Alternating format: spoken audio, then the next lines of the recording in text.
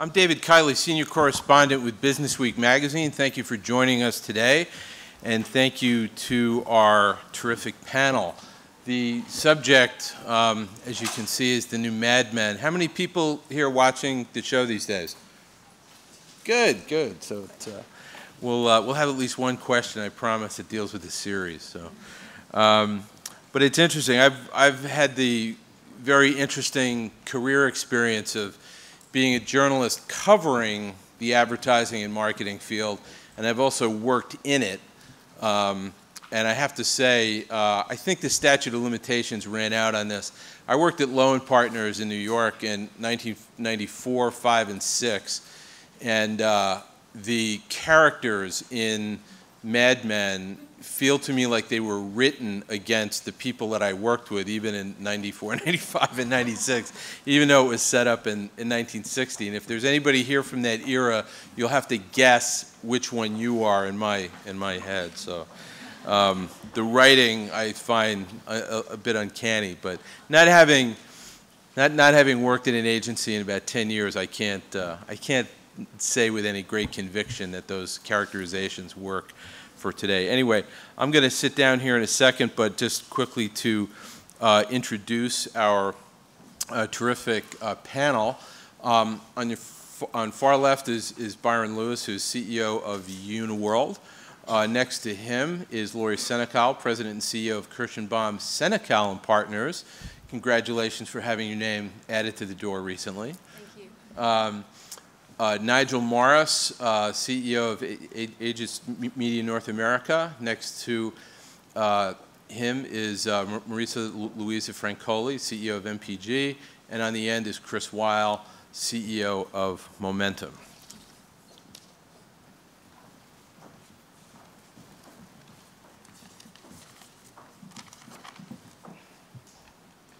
So the first question that I have for the group, and then I'll go sort of along the way here, is I'd like to ask, what is the question about the business that you're in right now, given everything? I mean, it seems to me the traditional agency model has broken down a lot. If you're talking to a client, their media plan, maybe they want some advertising, but they really want to know about social media. They want to know about viral. They want to know about how to play in video games online and all of that. And it seems to me an enormous challenge for agencies to figure out how to get properly compensated, for one thing, for all of this stuff that falls out your traditional wheelhouse of operations. In this space, kind of what keeps you up at night, or what's that thing you're thinking about on the ride home, even after a day's, the work day is supposedly over? Byron? Well, you made reference to anyone who's around when the Mad Men, well, I was around. And I've had many sleepless nights. But today, the question is how to figure the clients out amidst this change. And if you ask me the model that I use, it's called begging. Because the idea of scopes for work is illusionary. The clients want everything that they were getting when they were paying you more. Mm-hmm. Now they want more than they were getting for less. And in order to basically stay in business, you go along with it. So that's sort of, I hope, changes. How about Lord? Well, I think the economics of the business keeps all of us up at night, some nights.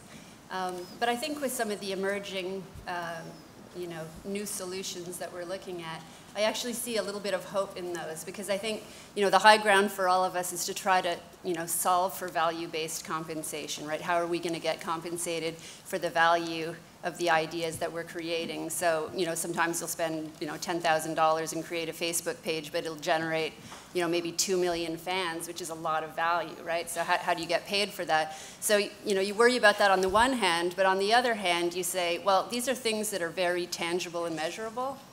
So, you know, if you are creating an asset like a really valuable social community or, you know, a game or something that has enduring value as a marketing asset for a client, that's very measurable, perhaps that is the way that we're actually going to be able to get to value-based compensation.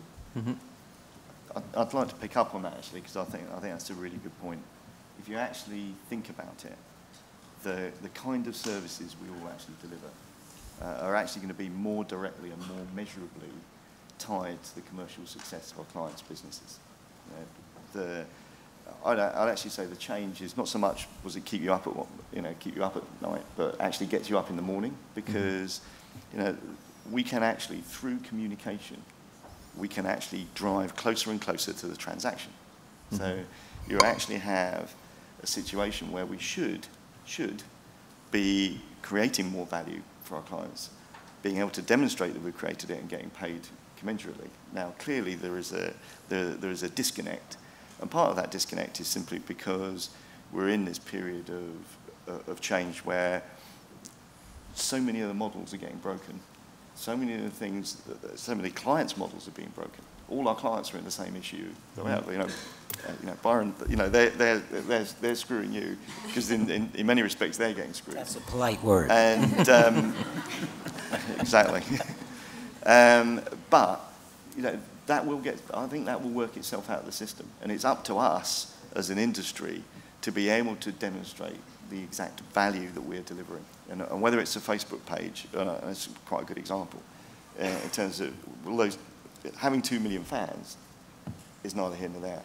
If those 2 million fans are actually, if you look at them as a market and we could understand what they're spending against the brand is, and how we can influence that, increasing that spend, then that really is, I think that's where we need to go to. How about Maria? Yes, I pretty much agree with all of you. I think the secret and what keeps me up at night is not how we're going to be paid for the different pieces that we put together, but by the results that all the pieces working together are able to deliver to the client.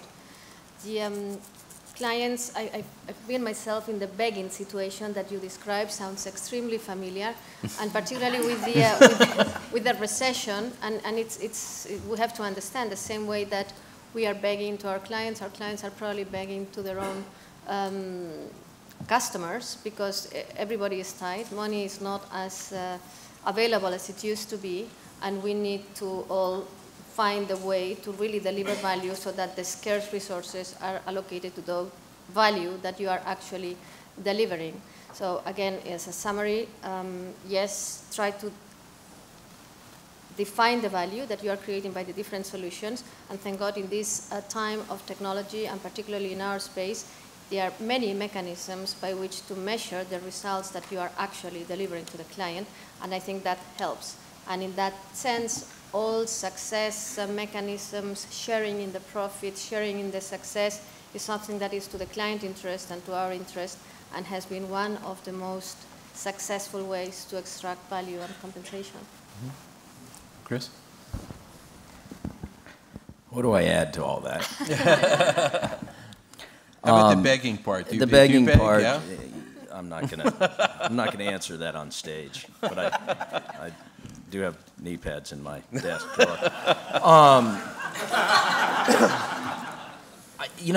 The value-based pricing we've talked about in this industry forever. Mm-hmm. I don't know about you guys, but how many clients are willing to actually talk about value-based pricing? Kind of how the pricing dialogue goes these days is, this is what I have to spend, take it or leave it, because there's another agency down the door. So I think that we're at a huge change in the industry, and it is a really interesting model if you look at it from a macro sense. Is that this is the complication curve of trying to reach the consumer today compared to in the past. It's this steep. It used to be a few channels. It was defined how to reach a consumer. Now you don't know. So it's this complicated. Here's our pricing curve at the same time. So we've never had it's never been harder to do the job that they're paying us to do than it is right now, and we've never been paid less. And it's going to continue in that direction. So, going to flat rates, and the whole industry has been built on giving away thinking and being made up either on a media buy or on the production or the execution of something. And so where the industry is going to have to change is truly putting value on what it is in the thinking, and then the ability to actually deliver on that thinking. You know, it's perfect lead-in for my next question, which is, David, oh, sorry, yeah, Nigel, yeah. What was, I think, quite interesting is a very big, global, iconic client got a few agency heads in fairly recently and actually presented their proposal about moving to value-based compensation in a very, very structured way. And I mean, I think they were, and I was looking around the table at the look of almost fear and trepidation, like, as in it's going to be different, and it's going to be really structured, and you know, and that's something that our industry has also got to get their head around. You know, clients, if they're going to pay for value-based compensation, they will. It's going to make us really accountable. Yeah, but the other thing is, I would venture to guess that that value-based pricing started at a much lower rate. It started at a much lower rate with the potential to be bigger. And based on results. Based on results. Yeah. And that's the key. That's the key to accountability. And the hard part about that is there's so many different factors from pricing to on the variables. That the interesting part will be in the value basis. Is it how many people consume your idea? Is it more of a Hollywood model as opposed to a model where we get paid regardless of how many people? The industry can't go on saying we want to be paid for the value we create. Exactly. And then if someone says, okay, we're going to try and do that and measure it, you then say, oh, no. You know, it's true. difficult. Yes. It's true. We have to be consistent, yes. Yeah. It sounds like what I'm hearing is that it's been very difficult and is increasingly difficult to monetize your agency's ability to come up with big ideas, which has been the traditional model. That's sort of been at the heart of the agency culture. And so one of the questions I have is, how does this model that you're all frustrated by, how does that affect the culture of your agency and your agency's ability to deliver on good, strong, creative product? Because it sounds like one of the reasons that I was sort of playing around with the title, not only because the series just got started, but because advertising was always one of those industries that, you know, you see a lot of movies and TV shows and things like that that are set around ad agencies, right? Because of the creative, kind of glamorous atmosphere, and it was always fertile for characters and the kind of action people wanted to see. How do you maintain, what are you doing, and I'm not going to go down the road so you can just jump in, what do you do to maintain a worthwhile, fertile culture at your places in this environment? Okay, if I may start, I think one point that you make is key. It used to be the big idea. Yeah. Okay. It used to be the big idea, but I think now there are a few big ideas, but what you need is a lot of ideas very, very often.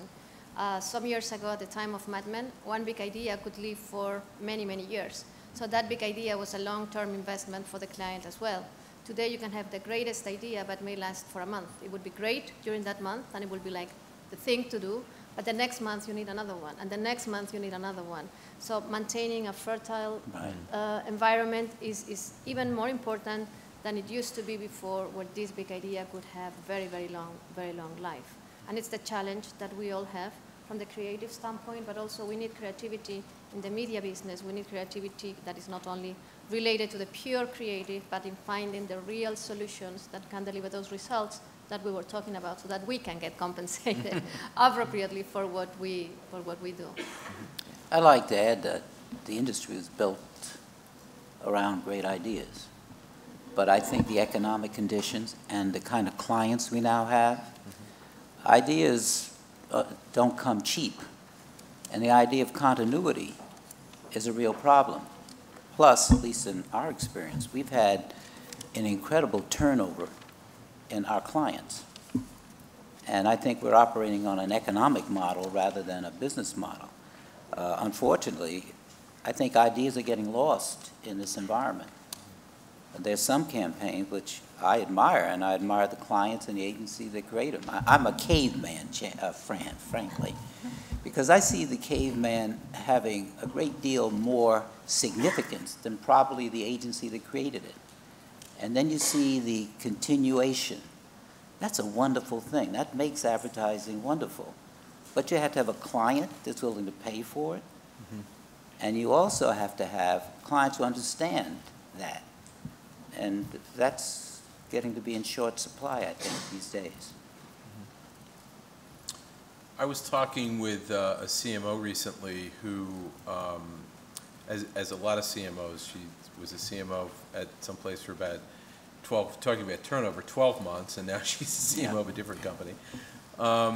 And she said that she was getting to the point where really her media agency, whichever it was, had become her most important agency partner in strategy. And I wonder if you could jump in, you know, jump in as you will on what the implications are of that.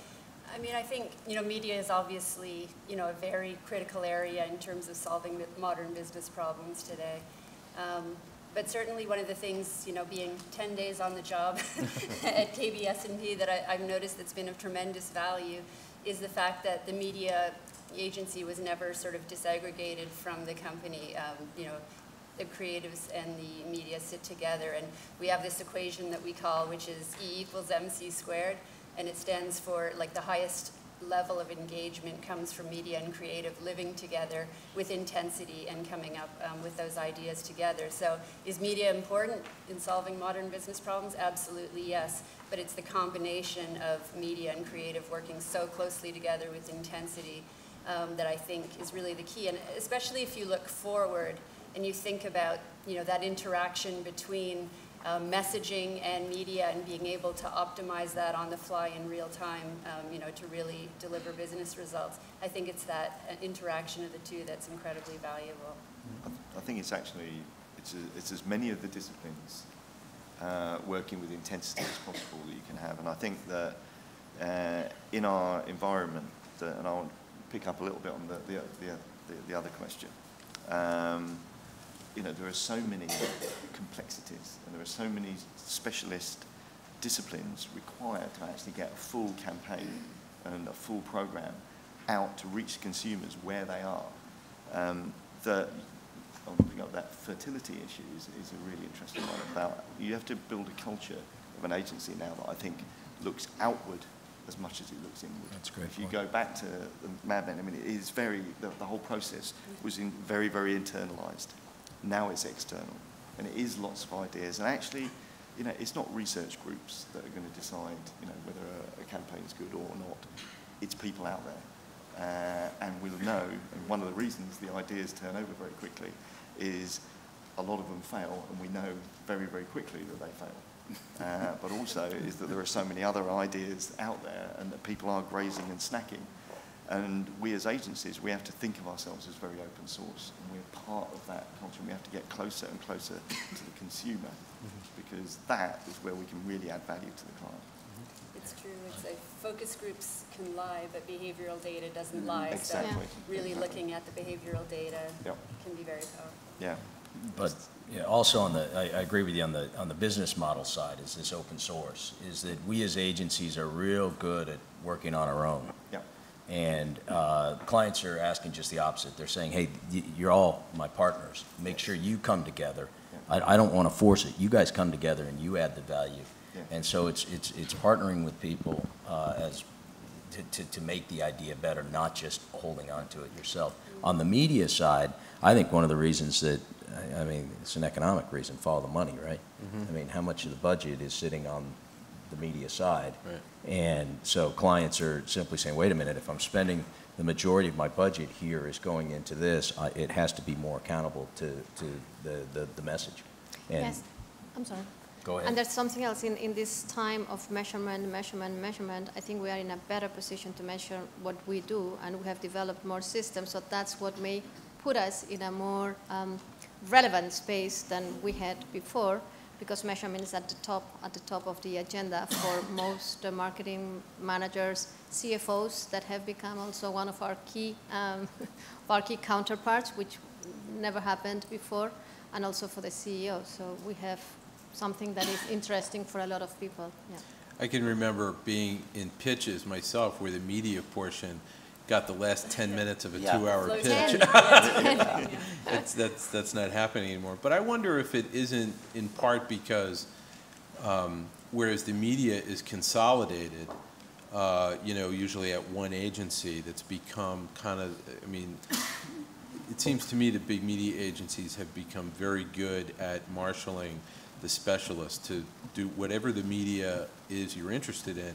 We've got the people for that, whereas their advertising agency, a lot of them, I think, are still sort of stuck in trying to sell to the client what they do best, and that's forcing the client to fragment and add partners, right, that provide the creative services and the creative deliverables, so that, you know, if the media agency is running all the media, but now you're one of, you know, 3 or 4 specialist agencies that are performing these things, if that hasn't diluted the influence of Yeah, I can the talk agency. to that.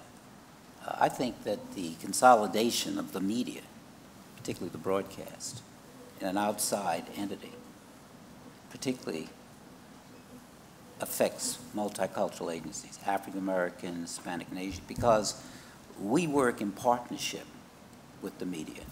And I can tell you that when there was a UPN and a Warner Brothers, you had all of these black program shows like Girlfriends, which is my favorite. How those 4 women could afford the clothes that they had on when one of them never worked. The others couldn't get these guys to help support them.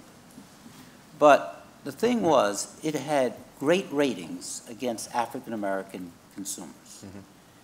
And women are one of our major segments. And you had Steve Harvey, you know, who's now a real sociologist with his book telling women how to handle men. And that's pertinent, you know. But we had half a dozen shows that we could place our television commercials. And I'm very proud of the fact that we began to initiate product placement inside Girlfriends for our Home Depot client. Now, the truth is, when we had the ability to work with the media ourselves, we could do that. But if the outside agency, which is, how can I say it, mainstream or white, essentially, they have no real understanding or interest in how we have to talk to our customers. And our customers are different. We understand the difference. We understand the programming that's different. But if we don't register enough from a Nielsen standpoint or get high enough on the radar screen, and I think that led to the demise of black programming. I think recently it was reported there's only one network, Fox, that has black programming. So I think that the size and the idea of efficiency that the network media arms have has led to a major business problems for agencies of color.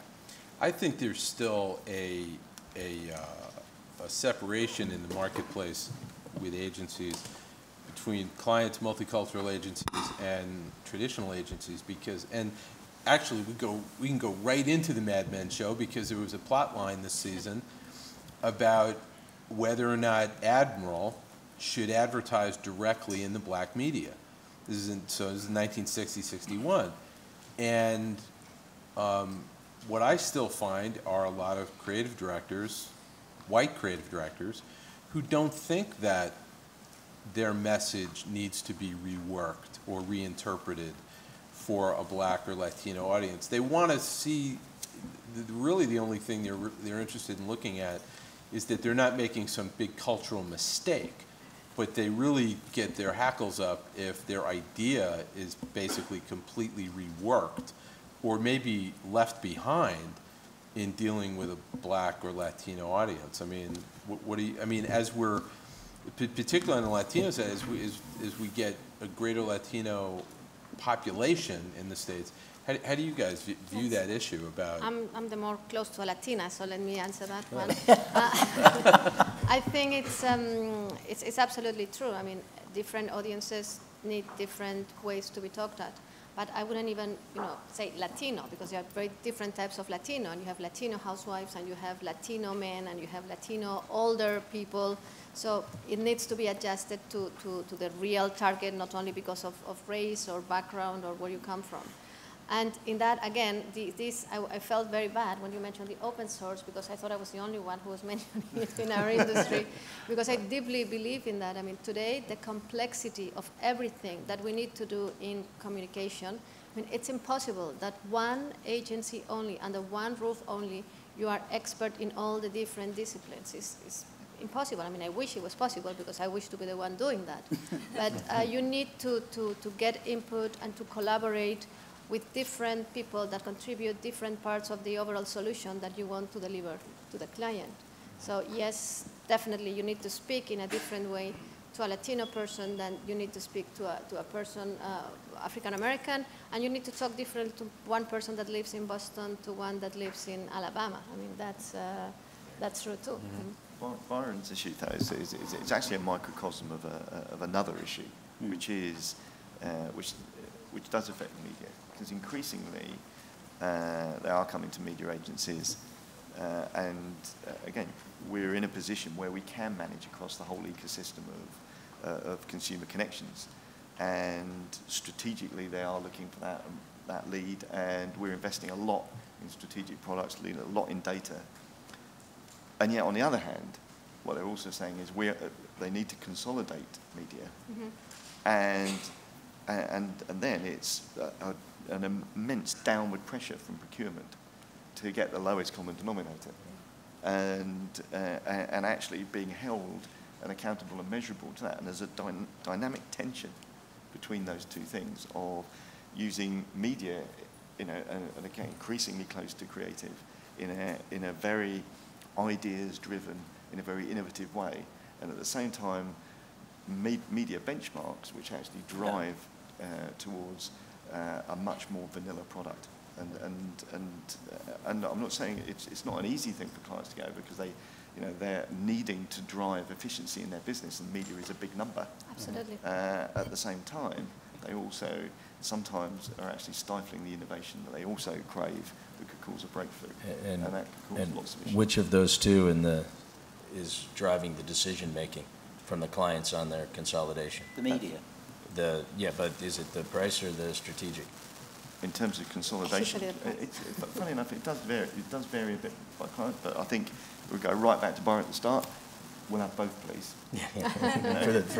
We want it cheap, and we want it brilliant. Yes. And we want it now. I want to touch on something you said about media companies being better at pulling together different resources to solve issues, and I think you're seeing a lot more of that, and as much because it's a cultural, as opposed to the traditional advertising agency that always felt like I can own it.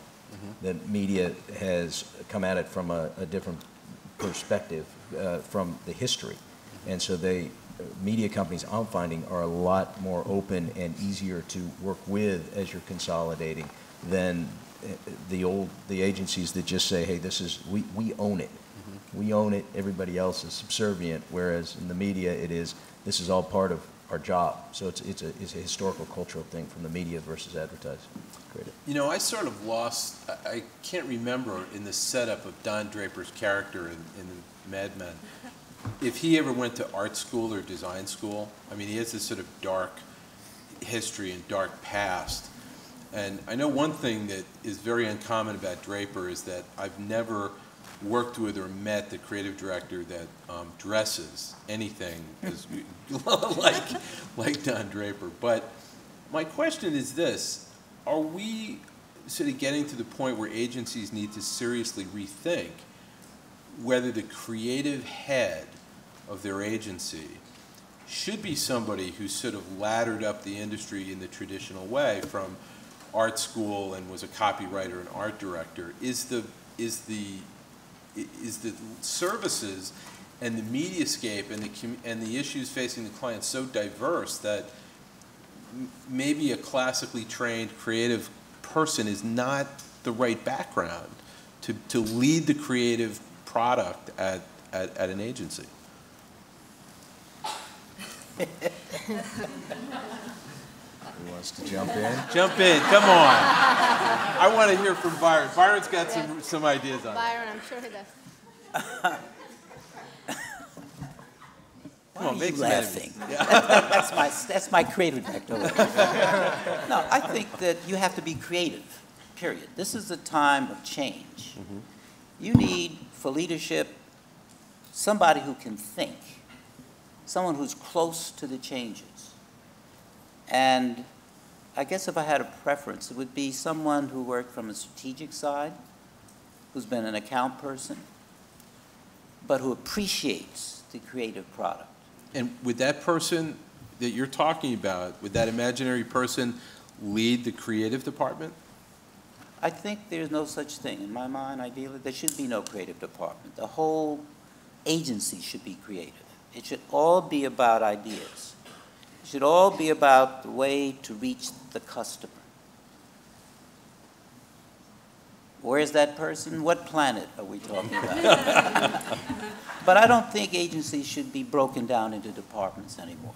The model has changed. You need ideas. Lori's jumping, I can tell. It's funny, I just sat through a new business presentation where I experienced exactly that thing. The meeting was sort of divided into two parts. The first part was strategy and creative, and the second part was really creating the business case and the connections and communications plan. And there was absolutely an equal amount of creativity and innovation in both halves of the meeting. Usually it's the exciting half and then, the boring half with the blocking chart or whatever. Right. And, it's just the level of innovation and creativity that's required from every person in the agency right now to solve the kinds of challenges that we face is remarkable. And so I don't think it's really about the background of how people came up, but really that they approach things without, sort of this existing muscle memory of, this is an ad problem that I need to solve, or, let's do some focus groups, but more, what is it that we're really trying to accomplish here? What behavior are we trying to create? And what are all the, assets and thinking that we can bring around that to solve it in a unique and powerful and accountable way, I was sitting in an agency recently, and I don't know if this is a problem unique to this agency or whether it's still an industry problem, but I was talking to an account planner, and they were working on a pitch for a new client. And they said, we came up with this really great language for the client. And they said, but we realized, as the planning team, we realized that the surest way that it would never show up in what we showed the client is if we gave the language to the creative department. Because we were convinced that the language was dead on. But if we wrote it, because then, they give the brief, the strategic brief to the creative department, said we'll never see it. And so I just thought, I don't know, I haven't worked in an agency in 10 years. I would have said that was the case 10 years ago. I was a little shocked that it was still happening in 2009.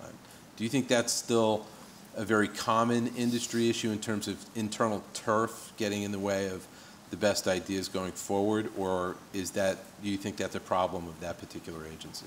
I think it comes down to who determines what's a good idea. Yeah. I mean, that's really who's the editor that in the end is the one that's going out and saying, hey, this is what we're going to present. And that's really what it gets down to, is who actually says, yes, that's what we're going with. Is that the creative director? Is that the account lead? Is that the CEO? Who determines what is a good idea? Culturally, in this business, if you don't have an agency that everyone feels like it's their idea to be creative, then you got a problem in your agency. Right. Absolutely. Yeah, I agree. But who makes the call? Is that your creative director? Because then you have the issue with the account team. But how about, back to the original question, can you see a really... What was the original question? The original question was... Which was our favorite Somebody, we're getting to this. Somebody at an agency who could lead an agency creatively, lead the creative department, not being from the traditional place. I mean, could you envision a creatively driven person from the media side coming into an agency and leading writers, art directors, digital creative people, but who was not classically trained? I think it's not only in our industry. I think in any industry, what one of the beauty about today is that people go across industries and across markets, and I think that's very enriching and very good. So you don't necessarily have to be trained as a creative person to be a good creative leader. I mean, the main task is to bring the creativity in the teams, to bring them to work together, to avoid that these things happen, and to make sure that the environment is that everybody feels they own the ideas and they own the companies. So this is what the leader should be doing, and he can come from anywhere. He can come from a magazine. He could be a writer in a magazine before that. So I wouldn't put limits of what is the background if you are able to do what you need to do, which is lead. Yeah, I'm glad to hear that, because I may be looking for a job. I was just about to say, look at your business. Yes. I mean, look at the blogosphere and what it's done. Yes. I mean, they're not classically trained. Right. They're not writers. They think they fashion themselves as writers. Some are, some aren't, but there's no classical training there. There's no editor that's editing it. It is just throwing it out there. Can that same thing happen in our business? Without a doubt. Will it happen? Without a doubt. That's right. And I think the key point is that there actually is no right or wrong answer. The critical thing is, if you have someone who's classically trained, they can't use that as a constraint. And it's actually and the issue is actually, it's not actually even just creating ideas. It's actually the way that we plan things has to be completely different. And we have to be completely open-minded. Mm-hmm. And we have to, whoever is leading that process has to be looking out and not in, and has to be looking at what the consumer is doing, what they're responding to, and actually has to, they have to be genuinely innovative, mm-hmm. as well as creative, and they have to have the respect of whoever they're working for. Well, I want to do a little crowdsourcing here and let some questions come from the audience.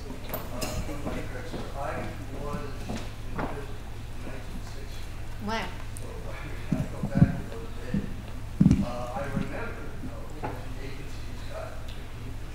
Right. You're quite old. I could tell that. One of the few businesses where, our compensation has gone down, and agencies get paid pretty much the same, whether they're good, bad, or indifferent. You could have great work, and another agency could have mediocre work, get paid the same. And you get about half of what you got in 1960. And I guess my question is, are we really headed towards some kind of a performance-based model? You talk about bringing services together. You talk about value. You talk about ideas. How do you get paid more if you come up with better ideas and create better value? I'll take a stab at that. I think that part of the way for the future, and I mentioned it briefly, is if you look at another creative community, say Hollywood or the content community, they get paid on, it's a consumer consumption model. So your creativity is, and the compensation for your creativity is in direct correlation with how many people consume your idea, period. Whether it's ticket sales, whether it's ratings on TV, it is all consumer-based modeling that sets the pricing, or consumer usage that sets how much money you're making. And I think that that is going to be a big part of what the future of this compensation model will be, which is creating ideas that people want to consume, regardless of what that form or what that medium is in which they consume that idea. And if you went to, I always use the example of,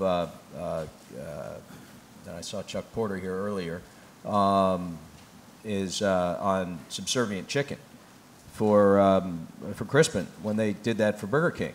But what do you think their fee was? About $150,000 or something to shoot a chicken and do some technology, right? Well, they got that same fee regardless of how many people consumed it. Well, the people that consume that, I think it went to like 100 million or more, something like that. Well, you should have a different pricing model for that. So I think that's going to be a big part of the change in our pricing model is not as much on business results. I think that's there in bonuses and things already with good clients. I think it's going to be in consumer consumption model. How you guys doing? My name is Sean Ames. I'm with Azul Brazilian Airlines, and it's funny that I just actually had to do a deal the exact same of the exact same logistics that you guys are talking about.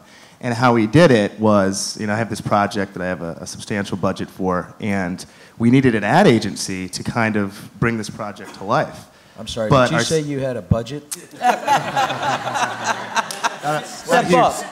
up. Your name people, right? All of these people want to meet you afterward. Right. You won't get out of that seat. No, but Swarm. It's interesting the position that I was put in, because our CEO is like, well, this ad agency, they're too expensive. I don't want to pay for that. It's a recession, So then I would go to the agency and I felt bad, and they're like, well, we're quality, we produce great work, we have metrics, we know what works and what doesn't. And so the way I kind of, hopefully I'm about to solve it, is paying the ad agency a fixed price and then a few percentage points, above the fixed cost so that they make money, and then a performance-based kind of payment plan that gets larger and larger, and we work more and more with them as time goes on. And so I think that you all are right, but what I think the new madman is why don't you guys launch your own products? Launch your own, you have the partnerships, you have the resources, why not launch your own innovative products and then build partners around them and build a revenue model around them? And in essence, go into business for yourselves. That's what I would do, if that makes sense. Well, I think there are. Do you understand what I'm saying? There are some agencies doing that, and we're starting to do that as well. I mean, I think that one of the key things is around creating your own IP. And while as an industry we create IP, if you like, on our clients' dime, it's their IP. So it all comes around to doing agencies trusting themselves enough that they will actually go and spend their own resources to develop their own products, to develop their own IP, and then market them. And that's the thing. And I agree with you. That's where agencies have to look, because that's going to be the acid test. But it's a different business model. It takes a bit of bravery. You know a saying I heard? This guy said this saying, and I love it. Ideas are the currency of the 21st century. And it's so true. And I think the agency that can monetize ideas, I think that's the agency that will win. So. If you look for most ideas, most of the great breakthrough ideas, people stumble across them. True. They don't commoditize them. Yeah, but I agree with you, and that should be the future of our idea business that we all are in, is how do we monetize our ideas. We've got everything that's needed to launch a product. And one of my examples has always been, I got an idea about putting videos up on the internet. Okay, how long have we been doing that in this business? Why didn't no one in this business create YouTube? I mean, we've been hanging videos up on the internet for us to watch in different parts of the world. Hey, here's a rough cut, here's this. I mean, that's something that should have happened out of this business. Sure. Yeah, up there? Yeah. I was just having a media seller for about, 15 years, and I guess I'd like to say that a lot of the ideas can come from the media sellers, but in the traditional sense of how we've been selling media, you get an RFP and they say, we want it by the end of the day or the next day. So a lot of these big ideas obviously, can come from the sellers if they have enough time to present them to you, and we know the best about what we have, to offer. The other challenge, obviously, as a seller is that the agencies aren't really set up. You've got the silos of each part of the media plan or whatever, and those people never seem to sit at the same table. So there's always a challenge of how do you even present the big idea if you do have one? Because I think that I just wonder how many resources, how much time are you spending sort of reorganizing the way that you do your business? I just want to, it was quite fun. I've just arrived in the market over the last 3 or 4 months, and I was going around talking to a few people, and I was talking to a client, and he actually said that they'd recently had a pitch, and 4 agencies pitched, and 3 of them had exactly the same idea, which had clearly come from a media owner, which is and they hadn't done anything with it, and they just presented it back, and it was a big account. I think that it's the critical thing is, any silos that exist within the process, that exist within the agency, will damage the ultimate product. You have to have the specialism, but you have to be able to operate across those silos in a way that enables you to come up with really truly holistic solutions that are properly integrated in their delivery. And it's the challenge for all. It's a challenge for the holding companies, and it's a challenge for all different agencies within there. I think it's absolutely a challenge, and not only in terms of the silos, but in terms of the way we work. If you think objectively and coldly about it, we have not changed our structure so much in the past few years. We are very static. The world has changed so much around us, our clients, the media, everything, and we are still basically around the same that we were 10 years ago. So it's impossible that we have the right model. Everything has changed except us. We need to change too. And it's very difficult, and it's very difficult for many reasons, and I think one of them is that our industry has been very healthy for many years. So we have been complaining and they're not paying us as much as they were paying before. But if you look at other industries around us, ours has been like peaceful, like the Pacific Ocean. Yeah. I mean, nothing more peaceful than our industry. So it takes a lot for us to react, much more than it takes to other industries that have been reacting to crisis and situations difficult to deal with. So it's very new, and when we were getting our arms around it, this recession came that made it even more difficult to us. So there are a lot of things that need to change. And one of the issues that we have with the way that, we look always that they're not paying us enough. But maybe we don't have the right cost structure. Maybe we don't have the right organization to be more streamlined and more effective and more efficient and more profitable at the end. So it's not everything around us is against us. I mean, there's something inside of us that we need to change also if we want to be more effective. And what you described is one of the barriers. I mean, if a media vendor has to go to 20 different people to talk and to produce and to sell an idea, that's not efficient. It's not efficient for you, it's not efficient for us, and it's not the way to provide the best service. Unfortunately, every time I do a panel like this, I wish I had another 20 minutes, but I'm getting the high sign. And I didn't get a chance to ask the question, which was, who's your favorite Mad Men character? Mine's Peggy, but that's... Mine too. Yeah? Nice stuff. But anyway, thank you very much for sharing your time and insights with us today.